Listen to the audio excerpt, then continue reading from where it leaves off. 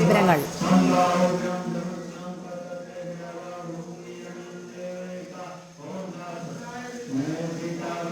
ഗൗതം, യോഗി ആദിത്യനാഥ് അയോധ്യയിൽ വിവരങ്ങൾ.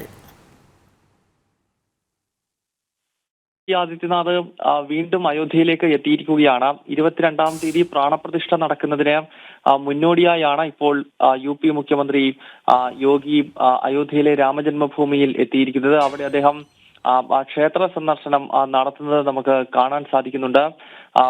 22-ാം തീയതി പ്രാണപ്രതിഷ്ഠയ്ക്ക് മുന്നോടിയായാണ് ഇന്നത്തെ യോഗിയുടെ അയോധ്യ സന്ദർശനം. ഇതിനുശേഷം അദ്ദേഹം രാമജന്മഭൂമിയിലും എത്തുന്നു എന്നാണ് മനസ്സിലാക്കാൻ സാധിക്കുന്നത്. ഇപ്പോൾ പ്രധാനപ്പെട്ട ഈ നിലവിൽ രാമാരാധന നടക്കുന്ന ക്ഷേത്രത്തിലാണ് ഇപ്പോൾ യോഗി ഉള്ളത്.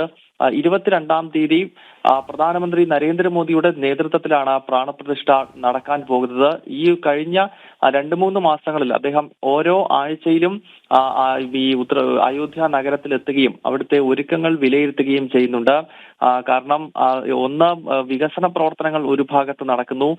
2, ക്ഷേത്രത്തിന്റെ നിർമ്മാണ പ്രവർത്തനം, അതായത് രാമജന്മഭൂമിയിലെ പ്രധാനപ്പെട്ട രാമക്ഷേത്രത്തിന്റെ ആദ്യഘട്ട നിർമ്മാണമാണ് പൂർത്തിയായത്. 2-ാം ഘട്ടവും 3-ാം ഘട്ടവും ഇപ്പോൾ നിർമ്മാണ പ്രവർത്തനങ്ങൾ പുരോഗമിക്കുന്നതേ ഉള്ളൂ. ഈ ഒരു പശ്ചാത്തലത്തിലാണ് അദ്ദേഹം വികസന പ്രവർത്തനങ്ങൾ വിലയിരുത്തുകയും ക്ഷേത്ര നിർമ്മാണം വിലയിരുത്തുന്നതിന് വേണ്ടി ആഴ്ചയിൽ അയോധ്യയിലേക്ക് എത്തുന്നത്. ഇപ്പോൾ നമ്മൾ കാണുന്നത് രാമജന്മഭൂമിയിലെ താൽക്കാലിക രാമമന്ദിരത്തിൽ അയോധ്യയിലെ താൽക്കാലിക രാമക്ഷേത്രത്തിൽ പ്രദക്ഷിണം വെക്കുകയാണ് UP മുഖ്യമന്ത്രി യോഗി ആദിത്യനാഥ്. അവിടുന്നുള്ള ഏറ്റവും പ്രധാനപ്പെട്ട ദൃശ്യങ്ങളാണ് പ്രിയപ്പെട്ട പ്രേക്ഷകരിലേക്ക് എത്തിക്കുന്നത്. അയോധ്യയിലെ താൽക്കാലിക രാമമന്ദിരമാണ് പ്രേക്ഷകർ ഇപ്പോൾ കാണുന്നത്. ഇപ്പോൾ അദ്ദേഹം ക്ഷേത്രത്തിന് വലം വെച്ച് സാഷ്ടാംഗം രാംലല്ലയെ പ്രണമിച്ച ശേഷം അദ്ദേഹം മടങ്ങുന്നു. വലിയ സുരക്ഷാ UP മുഖ്യമന്ത്രി യോഗി ആദിത്യനാഥ് അയോധ്യയിലെ താൽക്കാലിക രാമക്ഷേത്രത്തിൽ ക്ഷേത്രദർശനം നടത്തുന്നതിന്റെ ദൃശ്യങ്ങളാണ് നമ്മൾ കണ്ടത്.